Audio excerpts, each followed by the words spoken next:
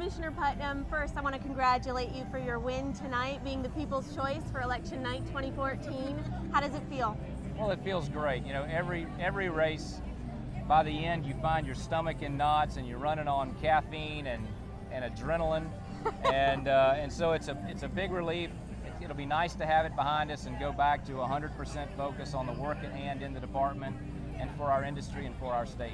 Absolutely. You mentioned in your winning speech that you logged over 4,000 miles during your campaign on the Florida Grown Bus. Do you have any fun stories from that to share? I'm sure you've got some. Well, I'll tell you, campaigning for Agriculture Commissioner in Little Havana can be a little bit daunting, particularly when your Spanish isn't very good. And so we used Florida avocados to make the introduction. We put Putnam stickers on the avocados and handed them out and really began the conversation. They're wildly popular. And so it's making that connection between the bounty of the land and Florida's urban areas. And I think that we were successful in that, not just in South Florida, but throughout the state. Excellent. Now, in your last term, you and your team, you began to tackle, I should say, a lot of issues. Some of the things that come to mind are citrus greening, which the state is facing very heavily, huge invasive snails also come to mind. School nutrition is another big one. What's your game plan going forward? Well, I think that those are all examples of areas, some where we're playing defense like citrus greening and some where we're playing offense like school nutrition. We've got a box above our weight class in terms of agriculture and our industry and our public policy leaders.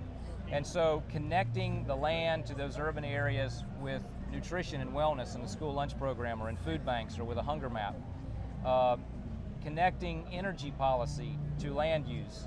Focusing on water policy, because whether you want to plant an orange grove or build a subdivision or save the Everglades, it's going to come down to getting water policy right. That's an issue that we're going to spend an awful lot of time focused on. And then, citrus greening and other pest and disease challenges are an all hands on deck. You never know what that 4:30 on Friday phone call is going to bring.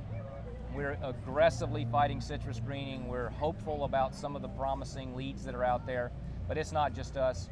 It's the growers themselves who are experimenting with new things, paying for the research, the state's contribution, the federal contribution. We're all in this thing together.